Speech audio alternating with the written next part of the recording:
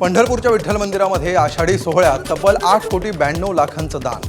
मात्र गेल्या वर्षीच्या तुलनेत 1,91,00,000 उत्पन्न घटलं. अमरावती चांदूर रेल्वे मार्गावर पोहराजवळ रस्त्याच्या कडेला पाणीच पाणी, वाहतूक धीम्या गतीनं सुरू. जळगावमध्ये सकाळपासूनच जोरदार पावसाची हजेरी. नवी पेठ परिसरामध्ये साचलं पाणी. नागरिकांचा मोठ्या अडचणींशी सामना. महापालिकेनं तात्काळ उपाययोजना करण्याची मागणी. बुलढाण्यात दिवसभर संततधार. अनेक नदी ओढे दुथडी भरून वाहू लागले. शेतकऱ्यांमध्ये आनंदाचं वातावरण. जलाशयांची पातळीही वाढली. अहिल्यानगरच्या संगमनेरमध्ये प्रवरा नदीच्या पात्रात पारेगावचा युवक बुडाला. पूर आणि अंधारामुळे शोधकार्यात अडचणी. ऋषिकेश गडाखचं 25 वर्षीय तरुणाचं नाव. प्रवरा नदीपात्रामध्ये 10,000 क्युसेक वेगानं पाण्याचा विसर्ग. कोल्हापूरमध्ये 200 ते 250 महिलांचे गर्भपात करणाऱ्या डॉक्टर चंद्रकांत गायकवाडवर पोलिसांची कारवाई. बोगस डॉक्टर स्वप्नील पाटीलच्या चौकशीदरम्यान गायकवाडचे कारनामे उघड.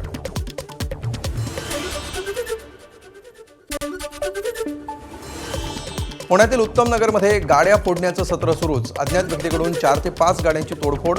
सीसीटीव्हीच्या आधारे पोलिसांचा तपास.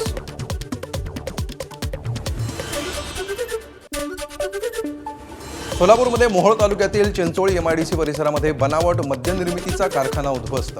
तब्बल 2 कोटींचा मुद्देमाल जप्त. 5 आरोपींना अटक. 48,000हून अधिक बनावट मद्याच्या बाटल्याही जप्त. वाशिमच्या तराळ्यामध्ये अवैध दारू विक्री विरोधात ग्रामस्थांचं रास्ता रोको आंदोलन. वारंवार तक्रारी करूनही कारवाई न झाल्यामुळे संताप. आश्वासनानंतर आंदोलन मागे. ठाण्यामध्ये महाराष्ट्र महसूल आणि वन विभागातील नोकरीचं आमिष. 70 लाखांची फसवणूक करणाऱ्या 3 आरोपींना अटक. तर मंत्रालयातील शासकीय अधिकाऱ्यांचे बनावट सही शिक्के, लेटर हेड आणि बनावट नियुक्तीपत्र जप्त. नवी मुंबईमध्ये मास्टर कीनं ऑटो रिक्षा चोरणाऱ्या 22 वर्षीय तरुणाला अटक. पोलिसांनी ठोकल्या बेड्या. 12 रिक्षांसह 10 लाखांचा मुद्देमाल जप्त. हिंगोलीच्या वसमतच्या जवळा खंदारबन शिवारामध्ये कत्तलीसाठी नेली जाणारी 19 जनावरं पोलिसांकडून जप्त. नगरपालिका उपाध्यक्ष सय्यद इम्रान सय्यद नाशर अली विरोधात गुन्हा दाखल.